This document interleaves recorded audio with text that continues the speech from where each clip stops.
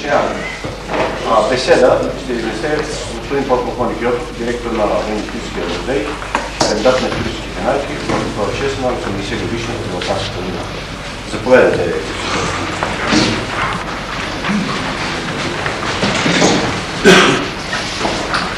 Уважаеми колеги, честит първи сняг! Точно на тази дата, на 14 ноември, преди 80 години, българските войни, след като бяха разгромили турците при Лозенград, Бургас, Монарх и Сар, излязоха пред читалджанската позиция. Но излязоха само с раничките, с пушките, без обозите, без продоволствие, без боеприпаси и бяха готови да атакуват читалджанската позиция. Но представете се, от 18 октомври беше започнало това движение, тези непрекъснати денонощни бойни действия в такова време. Вярно, сняг не е имало, но непрекъснати денонощни дъждове. Особено след Лозенградската операция, на 10-я ден войниците получават топла храна, ракия, порционна ракичка, която се полага, давало се нашата войска. Това си е традиция българска. Българина върши най-хубавите дела с всичките атрибути и подробности. Аз се извинявам, но тук виждам една дама, не се обърна, но колеги, изчерпвам въпроса. Те бяха заложени далече назад. Във всички съдби на балканските народи, постепенното последователно освобождаване от този. Но като че ли най-дълбоки корени, най-зрели предпоставки за нея имаше в българската държавица, бих казал, защото тази България беше твърде далече от границите на Сан-Стефанска България. Съгласно Сан-Стефанския мирен договор, България беше с площ 175 000 квадратни километра, а съгласно Берлинския договор остана княжеството 33 000, източна Румелия, която по същество беше васална провинция на Турската империя. Общо някъде около 96 000 квадратни километра. И макар, че сръбско-българската война реши много важен проблем за съединението, обединението на двете Българии, и макар, че 1908 година беше направен един изключително ползотворен акт, става дума за обявяване на независимостта на България, едва 1908 година България става независима самостоятелна държава, царство България. Верно, войната се готвеше много отдавна, защото извън пределите на тази България бяха останали значителни земи, населени с 50 до 70% българско население. Става дума за цяла Македония, става дума за Беломорска Тракия, става дума за Източна Тракия. И макар, че тази война се явява един блясък на българския хоризонт, една надежда за решаване на всички проблеми, тя като една огромна комета решава бързо стратегическите проблеми на войната, но за съжаление ние бяхме в челото на тая комета и решихме проблемите, а опашката жестоко не заметя. Нашите мили, многоуважавани съюзници, за които се пее една народна песен, съюзници, разбойници и тяната на... Бедата обаче е на нашето политическо ръководство. Мога съвсем накратко да ви заявя, че във военно отношение Балканската война беше подготвена много добре, но не и в политическо отношение. Нашето политическо ръководство постави задачата пред военните, пред стратегическото ръководство на армията да се готви за една победоносна война срещу Турция. Нашето стратегическо ръководство отчете, че България не е в състояние сама да воюва срещу Турция. Не за това, че не може да разгроми турските сили сама, а за това, че докато тя воюва срещу Турция, нашите мили комшии ще прескочат нашите плетища. Просто нямаше да допуснат България сама. Можеше реално, разчетите, военните разчети показват това нещо, можеше сама да води победоносна война срещу Турция и на двата театъра на войните. В Източна Тракия и в Македония. Но нито Сърбия, нито Гърция, нито Румъния, нито Черна гора щяха да допуснат България да извоюва всички тези земи и да ги присъедини към себе си. Ето защо беше поставена задачата на стратегическото, военното ръководство да води преговори с съответните генерални щабове на нашите съюзници, след като обаче с бели конци бяха закърпени политическите договори. Предпоставките за междусъюзническата война бяха заложени още преди да започне подготовката на Балканската война. Защото се отиде на двустранни договори, а не на единен коалиционен договор на четирите съюзници. Отиде се на договор между България и Сърбия, България и Гърция, България и Черна гора, респективно Сърбия и Гърция, Сърбия и Черна гора помежду си. И още когато водеха преговорите за сключване на договор помежду си Сърбия и Гърция, още тогава залагат условията, едно от клаузите гласи, че ако България се окаже неотстъпчива след победоносния ход на войната, то двете веднага сключват, т.е. обновяват този договор, който вече е насочен срещу България. Така че още тук. И дълги години се осъждаше нашата българска буржуазия, че видите ли, тя водила една грабителска, завоевателна империалистическа война. Ние сме много далеч от империализма, в смисъл от навлизането на другите страни, дори по тогавашните оценки. Няма да го видим империализма. И нашите деца няма да го видим. Он е хубавия империализъм, дето гниел и лошо миришъл. България току-що беше тръгнала по пътя на капитализма.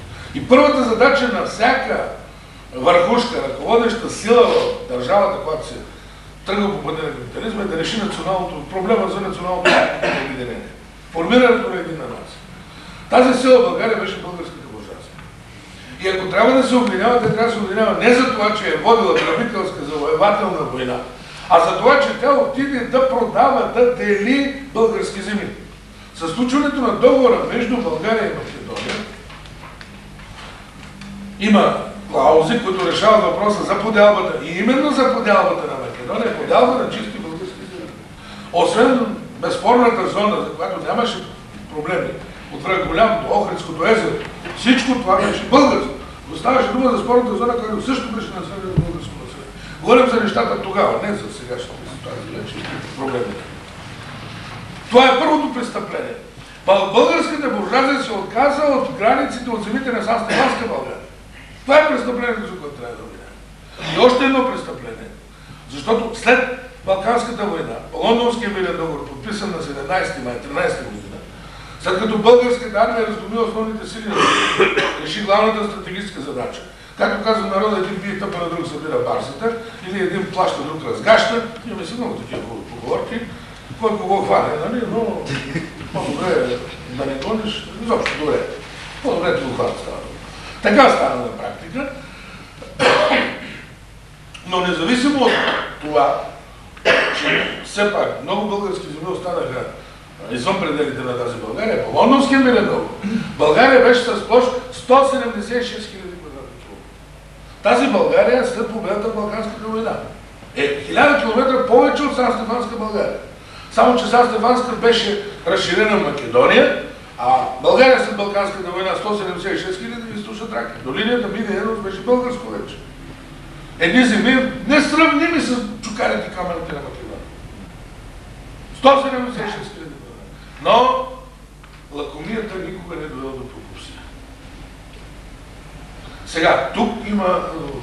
Може да се говориш часове по този проблем, само това ще ви кажа.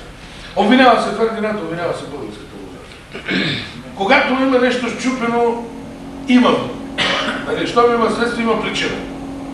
Но не трябва да се търсят причините само в България.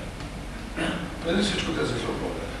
И нито една от великите сили нямаше да заложи да подкрепи България, а за да загуби останалите 3. 4 даже, като включим и Румъния. Защото Румъния беше отворила устата още преди войната. Тя беше гарантирала да не се намесва в войната, но искаше Южна Добруджа. И беше обещана. И тя затова се намеси в Междусъюзническата война, за да си я извоюва, независимо, че беше обещана. Но как че Русия 3 пъти я предупреждава да спре това настъпление, защото срещу нея не е гръмнала една пушка срещу нея, срещу румънската. Това беше придвижване, няма война срещу Румъния. Говоря за Междусъюзническата.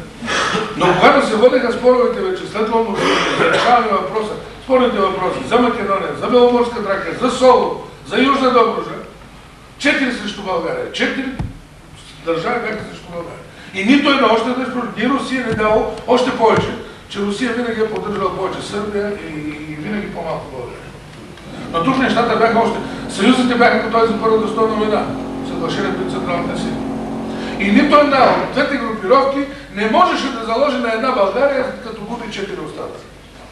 Това е главната. А те пък бяха заложени още с Берлинския договор, още с стремежите на Австро-Унгария за влияние, за овладяване на Балкания, за излаз на Бело море, Русия да контролира проливната зона. В историята винаги великите сили се решавали. Малките страни народници и за съжаление нашата история е един такъв трагичен факт, едно примитивно сравнение ще направи, но ние винаги сме се возили на чужда каруца и за съжаление винаги сме били на старчишките. Знаете какво е? И като тъсне някъде каруцата, бум в кълта. Излезем до Гърция, измием до Гърция, чувствим пасък чим на чужда каруца. Пак паднем някъде. Такава ни са малки държави, виждате и сега. Не дай Боже да пламнем нещо в Македония, такова. Кой ще ни защити? Ами ще се молим на турците, пак поверявам. Няма кой. Румънците, сърби, гърците. Това са съвременни неща, нека се върнем историята. За съжаление, казвам, причините не са чак толкова вътре. Защото, за да се придобият тези земи, загинаха 87 000 българи. Само убити 87 000 българи в Балканската война. Общите загуби на Гърция, Сърбия и Черна гора са до 20 000. Извинявайте, ама 1 към 4 загуби, а придобивки обратното 4 към 1, не, някакси не върви. Сърбия и Гърция 2 пъти увеличиха територията си. Моля? А турците колко са държащи? Турците са по-малко, някъде почти 000. Общо, цялото е. Защото настъпващия винаги дава много повече. Много повече. Така че, нека да спрем с политическата страна, нека да видим все пак. Смятам, че до тук горе-долу останаха ясни нещата, или ако не са ясни, така ги забъркаме, че скоро време няма се изяснят, но няма проблем. Говореност между нашия и сръбския генерален щаб за известно взаимодействие, за известна взаимопомощ. Бяха решени проблемите за двата театра на военните действия, кой къде ще води главните действия и по същество основните сили на нашата армия бяха насочени на главния театър, Източна Тракия, където бяха основните сили на Турция и от тяхното разгромяване вече зависеше по-нататъчния ход на войната. Всъщност, стратегическата цел на всяка война, вече особено в машинния период на войната е разгром на главните сили на противника, а не овладяване територии, там градове, столици и не знам какво са. Докато не се разгромят основните сили на противника, тези териториални придобивки не решават въпроса за мира и въобще, дали за целите на войната. Ето защо нашето стратегическо ръководство се поставя да разгром на основните сили на Турция, което решава вече всички останали политически проблеми. България успя да мобилизира в началото 600 000 армия. В хода на войната тя достигна 750 000. Сръбската армия е 160, гръцката е 90, черногорската е 30. Съберете ги общо. Ето защо нашите сили бяха насочени в Източна Тракия и нашия план предвиждаше активни настъпателни действия, с втора армия да се блокира Одринската крепост, с трета армия настъпление първа армия настъпление под Ружинското направление, а трета армия под командването на генерал Радко Димитриев беше скрита. И тук залегна идеята още при планирането на войната да се осъществи стратегическа изненада. Трета армия беше мобилизирана, формирана в Северна България, предвижда се само нощем, за няколко дена се изнася в района на източно Ямбол-Елхово, но остава скрита, неразузната, турското командване не знае, че е скрита една цяла армия. Нейната полоса на границата се прикрива от конната дивизия и съгласно тогавашните сващания е ясно. Едната армия блокира Одринската крепост, едната настъпва в направлението на главния удар по Тунджанското направление, а фланги се осигуряват кавалерията. Съгласно тогавашните сващания. Но за тази кавалерия стоеше скритата трета армия. Действително, една много сложна дейност да се осъществи изненадан стратегически мащаб, да се скрие една цяла армия. Да предвиждаше с тези активни настъпателни действия и с нанасене на удар и осъществяване на тази изненада с трета армия, да се откъсне пътя, нали, те трябваше да не се ударва в фланг и тил на турската армия, да се откъсне пътя за отстъпление и основните сили да бъдат разгромени тук, което вече да се постигне главната цел на войната. Сръбските и гръцки сили черногорски трябваше да действат на македонския театър на военните действия, тук турските сили бяха сравнително малко. Освен нашите главни сили в Източна Тракия, през Родопите действаше Кърджалийски Родопски отряд, Македоно-Одринското учение, доброволци, чети. Тук задачата беше двустранна. Първо да се освободят тези територии. Второ, с излизането на Бяло море се прекъсваше стратегическата връзка между двете турски армии. Източно-тракийски и македонски театър на военните действия. Освен оперативно и стратегическо взаимодействие се решаваше и друга важна. Прекъсваха се комуникации, пътищата за снабдяване на тази армия Македония. Това до голяма степен реши въпрос за победата на гръците и сърби. По море не можеха да я снабдяват, защото гръцкия и сръбския флот бяха достатъчно да парират, особено гръцкия, снабдяването по море. И с овладяването още първите дни на войната, излизането на Бяло море, прекъсването на тези комуникации, армията турска Македония остана без снабдяване. И беше много лесно в нашите комшии. И докато ние разгромяхме главните сили, те стремяха да овладяват повече земи. След войната казаха, кой каквото се е хванал. Тоест, кой каквото овладява. Така стана. Но, турският план също беше настъпателен. Предвижда настъпление по туржанското направление. Идеята е такава. 3 корпуси по фронта срещу нашите главни сили. Одринския гарнизон по десния ни фланг и 1 корпус по левия ни фланг. Тяхната идея беше същата. Спиране на настъплението по фронта, на двата фланга окръжаване и унищожаване, разгром на основните сили тук, след което бързо развитие на успеха на направление Пловдив, София, Северна България.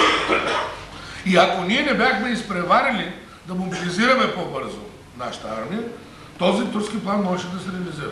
Благодарение на изключителния ентусиазъм при провеждане на мобилизация и воденето на войната, тази война беше отдавна чакане и тук моралната подготовка се водеше главно да се спират доброволци да не ходят сами на фронта, а не да се убеждават да ходят на фронта. Ние българите поначало са малко опак народ, търсен народ и ако в другите армии, военната полиция или комендантските органи спират тила действат на войските, да няма дезертори, да не бягат хора от фронта, то нашите органи спираха доброволците да не отидат сами на фронта. Има случаи, когато се обявява мобилизацията в едно село Севлиевско, а селите фанали набили кмета, защото телеграмата дошла посред нощ, обаче той решил, сега през нощта, къде е мобилизация, сутринта да бие камбаната и да обяви мобилизацията, за тия 4-5 часа закъснение го фанали да набили. Що се бава мобилизация? Нашата кавалерия е мобилизирана за 2 дена. Общо мобилизацията на армията трябваше да стане за 22 дена, тя става за 12 дена. Изключителен ентусиазъм. Чуждите военни наблюдатели се очудват как може един такъв народ да отива на война с гайни, гладунки, кавали, с песни, свирни и весели. Няма мъже. Събират се мъжете по селата, запрягат коне, волове, биволи и отиват да возят продоволствие и боеприпаси. Всички доброволци. Изключителен ентусиазъм. Но, освен ентусиазъм, се иска и друго. Наполеон казва, 70% от успеха зависи от моралното състояние на войските. Но останалите 30% решават всичко. Казват да ги рабят, вика, вероятността да убиете 1%, вика един, като убият мен, за мен е 100%. Така че тия 30% и трябва да подчертаем, че освен този ентусиазъм, освен тази готовност да саможертва, нашите предци, нашата армия победи съзнание и може. И нашите войници бяха изключително добре обучени от своите офицери, които бяха завършили и в Русия, но бяха завършили на Запад. И бяха обединили най-хубавото от руското и от западното военно изкуство. И затова ние сега, нашите колеги тръгнаха само на Запад, само на Изток, не знам какво си. Винаги трябва да се вземе от едното и от другото. И благодарение на това, че бяха до голяма степен убедени в правотата на едното, те взеха действително каймак. И по този начин се даде едно самобитно наше българско военно изкуство, което отговаря на нашите условия. И затова победихме. Но войската беше обучена именно в това нещо. И нашите колеги предшественици офицери бяха твърде краткословни и многодействени. Малко приказваха многодействия, за разлика от нас. Но казват, че ако в България приказките се превърнат в електроенергия, няма криза. Айцко завърши Господ. Зимата ще изкараме така. Аз ще ви цитирам само някои заповеди, се убедите в тая традиция и нещо друго. До 1947 година, аз съм занимавал с министерските заповеди 45-та до 60-та година, всички заповеди съм ги преварил. Бюрокрацията на нашата армия идва от 47 година. Когато идват съветските инструктори да ни учат как се воюва, как се прави. До това време министерска заповед за отчитане резултатите от учебната година в армията. 2,5, максимум 3 страници. Първо, положително. Това. Второ, отрицателно. Това. Трето, награждавам. Четвърто, наказвам. Пето, задача. Край. Сега заповедта на министър на директива 0100, сега пак промениха, 182 страници. Айде. Но нещо друго. Всички заповеди по време на Балканската война отговарят на духа на времето. Няма време за много приказки. Но всички офицери са били началници на своите войници. Началник, защото винаги върви начало и в атаката най-трудният момент казва след мен юнаци, а не напред юнаци. Сега им казваме началници, аз мисля да обяснях минали път, защото дават изходни начала и се крият зад гърба на другите. Викат напред, аз ще дойда. Може. Заповед. Генерал Лазаров. Преди атаката на Одринската крепост. Помнете, брати, тази нощ трябва да се реши съдбата на Одринската крепост. Връщане назад няма. Напред ни чака слава и мир, назад безславие и смърт. Напред юнаци. Край. Свършил победата при Одрин. Вие извършите подвиг немъжравен на себе си в историята. Гордея се, че съм ваш началник. Гордея се, че съм българин. Край, какво повече? Има опасност от заболяване от холера. В Чаталджанската операция заболяват 11 000 от холера. За да не се заболее от холера при Одрин, генерал Вазов взема всестранни мерки. Събрания, съвещания, заседания, обсъждания, планират. Не. Отдава заповед. Всеки войник, който пие непреварена вода, да се разстрелва на място. Точка. Нито един заболява от холера. Никой да не ме огледа, никой не. Ясно, точно разбрам.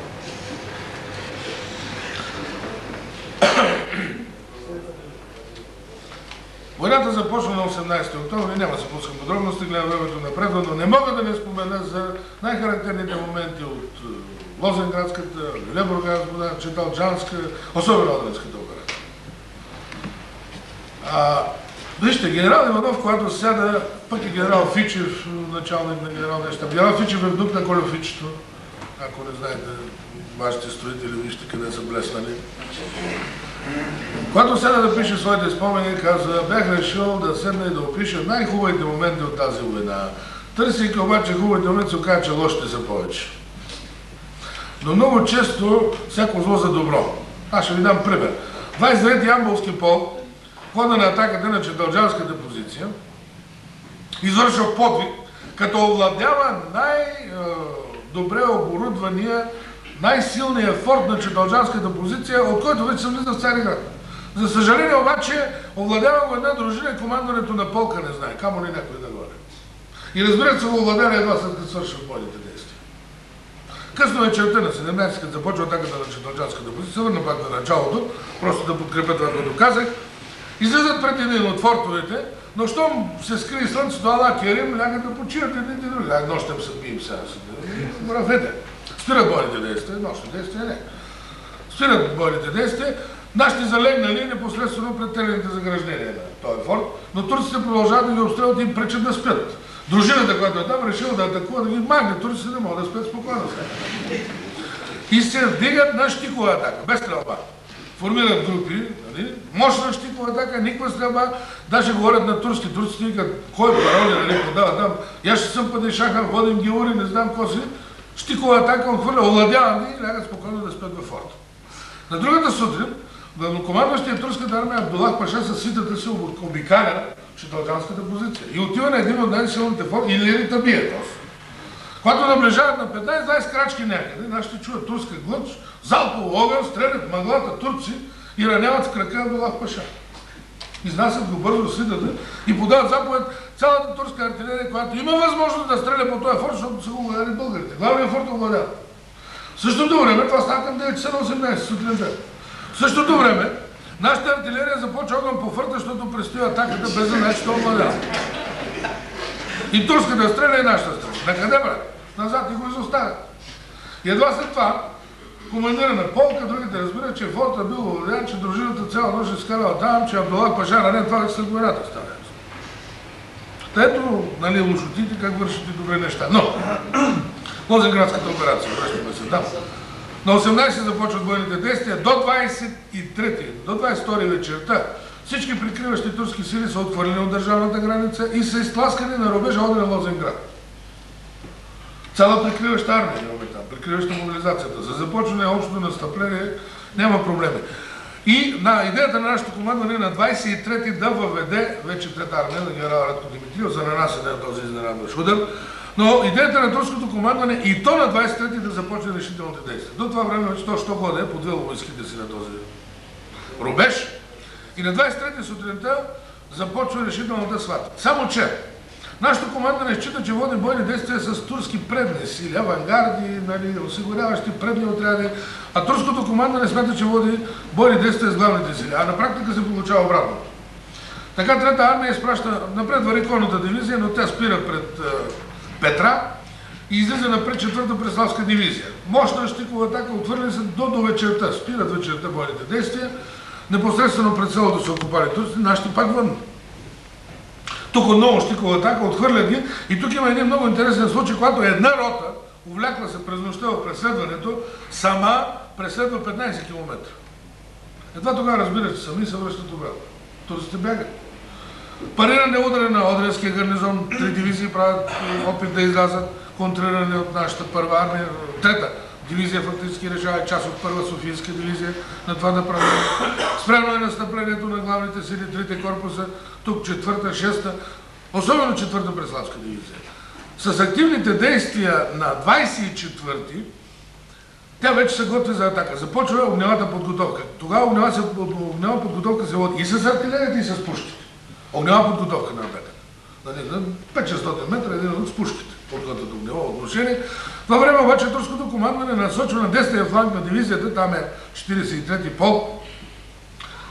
Една цяла турска дивизия. 3 полка срещу нашите села. Няма огъване, една дружина на фланг. Но командира на полка праща тежко картечната рота. Към всеки полк има тежко картечна рота. Има доста картечници по това време. Вземат удобна позиция. С точно огън почват да косят турците. Те се стъписват, почват да бягат. Явно цялата дивизия не може да се върне на един фронт 100 метра. Съседната дружина, виждайки успеха на тежко картечарите, почва да вика ура, да ги поздрави за това, че турците бягат. Но следващата първа дружина, която е на левия фланг, чувайки ура, смята, че те са дигнали в атака. Щом се вика ура, атака. Ура, подемат атака, да става съседа. Кончите, тръгвате десно. Фактически атаката почва от левия фланг, не от там, дето е най-опасно. Целият полк тръгва в атака и отвърнят турците отстъпват 80 км. Едва след войната се изяснява, че никой не е дал заповед за атака. Този поздрав бил изтъкван по такъв начин. Но наред с веселата страна, доста загуби. Тук загубите са някъде около 15 000 души в Лозенградската операция. Интересен е случай с Лозенградската крепост. Генерал Радко Димитриев на 25-ти съсредоточава групировка артилерия, ще води артилерийска подготовка и ще овладява Лозенградската крепост. А Колмар фон дер Голт, стратегическия съветник за Султана, казва така: Лозенградската крепост може да бъде овладяна след 3-месечна обсада и то не от българска, от пруска войска. Одрин никой. И ако вие българите решите да щурмувате тези крепости, там ще ви счупят главите. Лозенградската крепост беше овладяна за 2 часа, Одринската за 2 нощи. Само че Лозенградската и малко не е овладявана, защото Радко Димитриев, като извършва цялостната подготовка, праща разузнаване, няма противник. Праща офицерско разузнаване, няма противник. Показва, че турците избягали и изоставили Лозенград.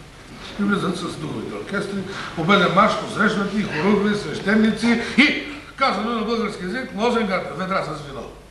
И един от разказите, така хубаво, значи са празнували, че вечерта забрали някои от полковете да остават дори невални, дежурни и в турската махала се избили. Ама се избили с стрелба чудесия, по едно време подава някой тревога, турците настъпват, вдигат една цяла дивизия да отразява настъплението на турците, а то се оказа, че са избили циганите и турците махала. В резултат на хоругвите. Радко Димитриев обаче проявява дълновидност и изпраща 6-та пехотна дивизия да преследва на това направление. 3-ти турски корпус, след като отвърлен целия. Само че главното командване не знае какво е станало. Главното командване се намира в Стара Загора. И оттам по телеграфа ръководи решителните действия, като има само един кабел.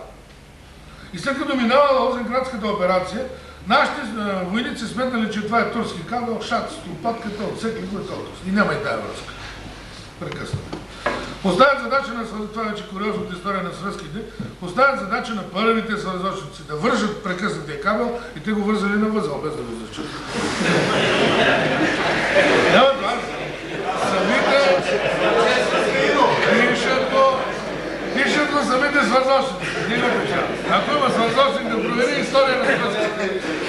история на свръзките да ви.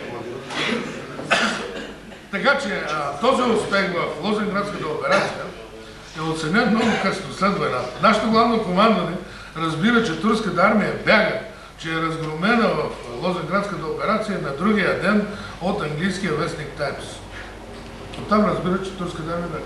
Абдулах Паша, главнокомандващият турската армия, пише: ако вие българите бяхте проявили малко по-голям натиск и не бяхте прекъснали връзката с нас, бяхте продължили преследването, вие можете да влезете преди нас в Цариград. Той прави предложение турското командване да иска примирие. Турците искат примирие след разговор в Лозенградската операция. Известно забавене, но вижте, сега без да оправдаваме нашите предци, но не става дума за гладен. Гладен се издържа, но без патрони и без снаряди война не се води. За останали области, разкалени пътища, никакви пътища, там в Източна Тракия.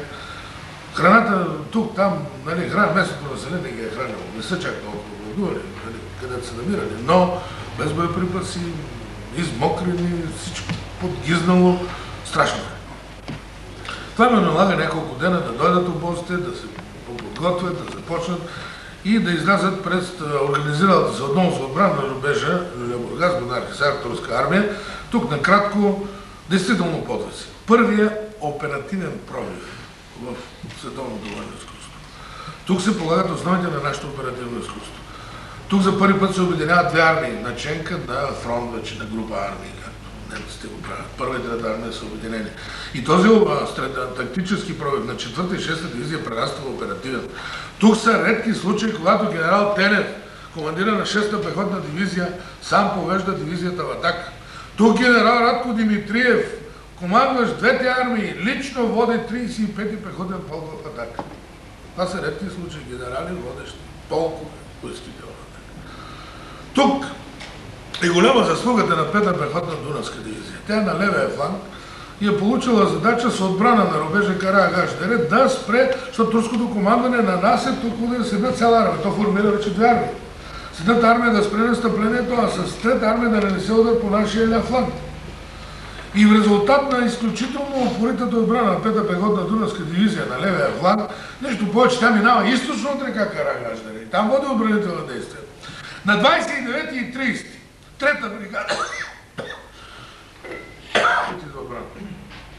на 30 турското командване провежда удар с цялата армия по левия фланг. 5-та пехотна дивизия е упоритова. 3 пъти командира на дивизията праща заповед до командира на бригадата да отстъпи западно от реката, защото има опасност да бъде обкръжена. И 3 пъти командира на бригадата му праща следното донесение. Извадили сме го от архивите. Нам и тук ни е добре. Точка. Ма нищо повече. Нали? Релация, съгласно си, номер еди, кой си изпратен от еди къде си, нам и тук ни е добре. Командир на бригадата по къде. В резултат на тези упорити действия на 5-та пехотна дивизия фактически се проваля замисъл на турското командване за успех, а още повече извършения пробив вече от 4-та и 6-та дивизия на това направление. Нашата кавалерия влиза в тила на турците. Прави един рейд 3-40 км в тила. За съжаление обаче нямат кораж да останат да нощуват там. То са опасничко. Връщат се, но независимо от това прекъсват комуникациите и на първия Абдулах Паша отдава нова заповед за отстъпление. Значи към читалджанската позиция. Отново известно забавяне, но да не повтарям същите причини. На 14-ти излиза пред читалджанската позиция, на 17-ти и 18-ти атаката, но вече 11 жени заболени от холера, добре оборудвана. Макар че и тук новости, за първи път създават армейски артилерийски групи в двете армии. Отново обединението действа. Много подробни, точни планове. Изобщо взети са всички мерки, но още когато обикаля позициите генерал Савов, помощника на главнокомандващия Михаил Савов, Радко Димитриев показва, че с ускорена атака не може да се разчита на успех. Трябва много продължителна, предварителна подготовка, т.е. необходимото количество боеприпаси, продоволствие, няма ги. Но, за да не се губи време, да не се даде възможност на турците да протакат, да отлагат, на 17 и 18 се провежда тази неуспешна атака. Независимо от това, че е неуспешна, тя показва възможностите отново на нашата войска и турското командване вече се съгласява на примирие. На 3 декември е подписано примирие, само че от тяхна страна това примирие е по-скоро примирие да се печели време, отколкото да се сключва мирен договор. Те протакат преговорите в Лондон и нарушават примирието на 8 февруари започват отново бойните действия, но Турция вече подвежда значителни сили. Идеята е с Галиполската армия, изтоварения десант в района на Шаркле, да нанесе удар в тил на двете армии, първа и трета на Читалджа. Да ги ликвидира, след това да деблокира Одринската крепост и продължи настъплението към Пловдив и към Северна България. Тоест предварителният замисъл. Само че едно е да планираш, друго е да го направиш. Спрямо е нещо повече, още на 8 с обявяване на подновяване на военните действия, нашата четвърта армия, командването на генерал Стилиян Ковачев, с активни настъпателни действия, особено 7-ма пехотна Рилска дивизия, буквално казано натиква Галиполската армия на Галиполския полуостров и прегражда най-тясната част, гърлото на бутилката, до тук. И тя е парирана и не може да предприеме вече никакви действия. На 10 и 11 е отразен десант на Шаркле, втората Тракийска дивизия, Македоно-Одринското ополчение. Решение въпроса и за това. Спрени се и активните действия на Читалджанската позиция. 8, 9, 10. Нещо повече. Само в предната охранителна полоса успяват да настъпят някъде турците. Окончателно замисъл да се проваля, независимо, че тайната армия вече наближава някъде около 1 милион. 1 милион на армия. Като цяло обаче не всичките на Балкански дядо да наведе действия. Говорим съвсем общо. Ето защо нашето командване се решава да се атакува владее Одринската крепост, за да се сложи края на войната. Назначение за началник на източния сектор генерал Лазов, няма да се спирам на подробности, но беше извършено едно чудо. Нощна армейска настъпателна операция. Нощни бойни действия, втората стълна война до дивизия и то много трудно, много да е. Ние в армейски 80 хиляди души. Цяла армия води нощна армейска настъпателна операция. Оказва се така, като гледам нашата история и Крумли, Симеони, Самуил и Калоян и в съвременни условия, винаги сме побеждали, когато водим бойните действия нощем. Изглежда българина по-добре си върши работата нощем. Каквато и да е. Особено по тънките занятия нощем не е. Има преди за кражбите. Вие сега се мислите за... Та, беше извършено наистина едно чудо, защото всички военни специалисти смятат, че е невъзможно вече в машинния период на войната. Наличие на скорострелна артилерия, наличие на автоматично оръжие, тежките картечници, наличие на магазинни пушки, невъзможно е такава крепост да се овладява с открита атака. Само един казва, макар че всичко е невъзможно за вас българите, кой знае. Значи, познавал не е до някъде, защото българите работи много добре, когато сложи отпред задния си екъл. Знаете? Докато го слага отпред, той мисли по някой запълни ината. Иначе тръгне с първия, няма време да мисли, винаги бърка. В случая е много сериозна подготовка. Генерал Иванов рекогносцировка, представители на всички родове войски, подробни планове на всички родове войски, правилно определено направлението на главния удар на източния сектор, масиране на сили и средства. 70 уреди на километър фронт. В Курската битка немците, когато започват настъплението срещу Съветската армия, имат 72 уредия на километър фронт. А ние имаме 70 още Балканската война. Такива плътности са непознати до това време. От всичките 80 дружини, 50 са на източния сектор. От всичките 326 уредия, 226 са на източния сектор. От всичките 70 тежки картечници природен, 50 са на източния сектор. И освен това се прави всичко възможно да се заблуди турското командване, че ударът ще бъде на южния, а реално това е на източния сектор. Всички блестящи, дрънчащи предмети, манерки, щикове, лопатки, увити черни парцари. Обувките, цинтове, всичко увито в парцари, да не се чува, тихо. На специални полигони тренировки, телени заграждения, ролове, фортове, как що. Блестящо разузнаване. Военната наука казва така, че няма непревземаеми крепости, необладаеми жени, има лошо разузнаване и слаби мъже. Или силни, ако е обратното. В случая блестящо разузнаване.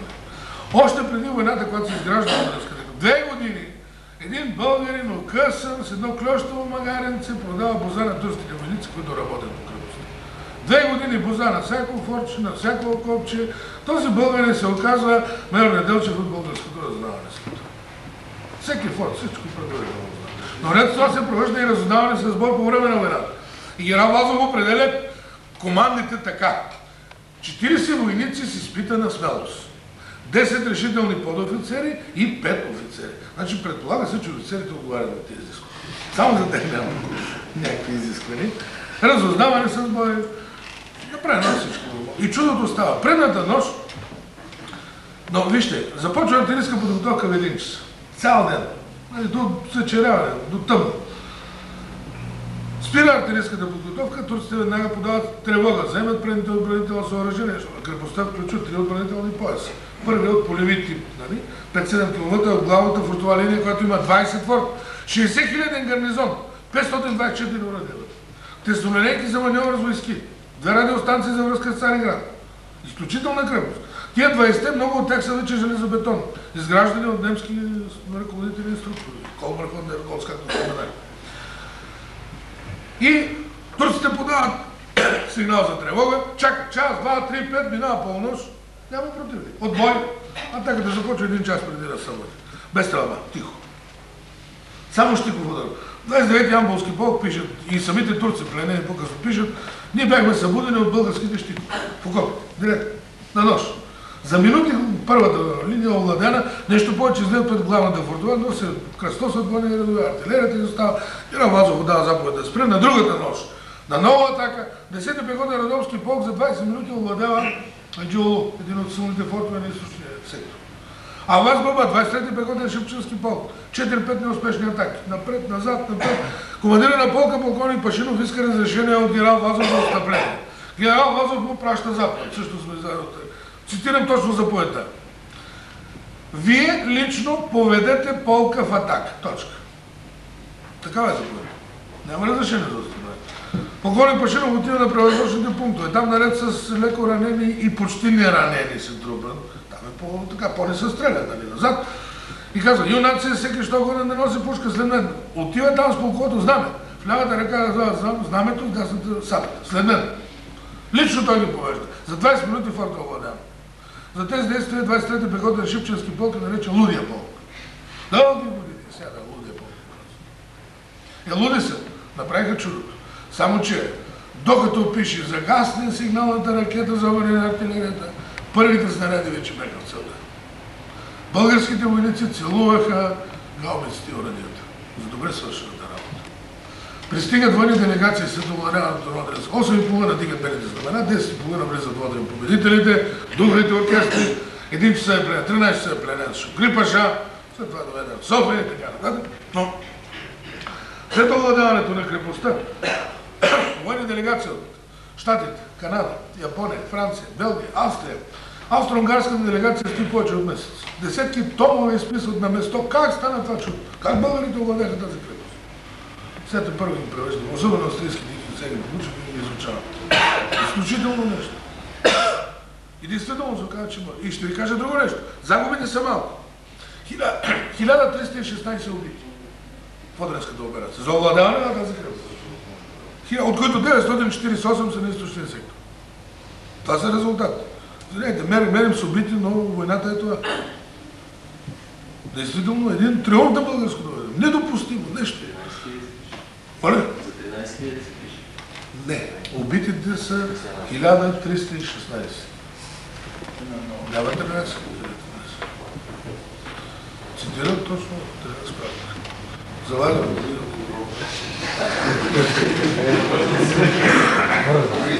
Поиска.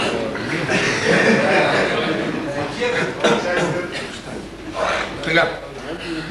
В резултат именно на овладяването на Одринската крепост, турското командване се съгласи на примирие и мир и както посочено беше подписан Лондонския мирен договор, съгласно който всички земи западно от линията Мидия-Енос бяха дадени на съюзниците, за да стане вече Втората Балканска, междусъюзническата, за да се избият помежду си, за да стигнем до първата национална катастрофа, но то човек сбъркали веднъж с втора грешка не се оправя, каквато люлка ни залюляла, такава ще ни долюлее, се на търсене ни върви, дано някога нещичко, но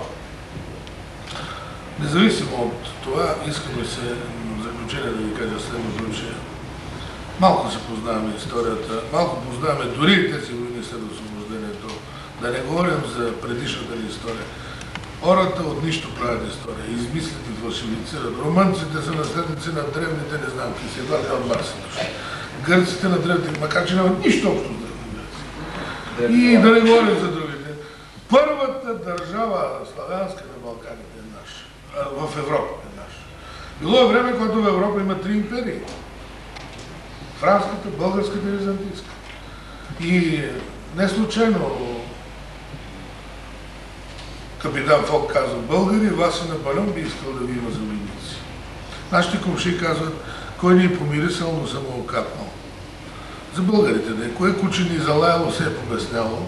Да изглежда носим оная кръвчица степна, луда, штура, буйна, бясна. Не сме лесни, но дай Боже да се останем такива, защото ако не бяхме такива, нямаше да ни има и такива. Затова нека да се връщаме назад по повод годишни и безгодишни, да се сещаме за тези, които загинаха в тези жестоки 5 войни. Над 200 000 само убити. Над половин милион ранени и осъкатени от тези войни, за да има нашата България. Затова от време на време я същичка, я цветенце, ако трябва чужда булка, целунете за упокой, Господи, за загиналите. Дай Боже всеки му. Благодаря ви за вниманието. На здраве, казват от нашия край, защото в Тетевенско вече викат втори път по улицата.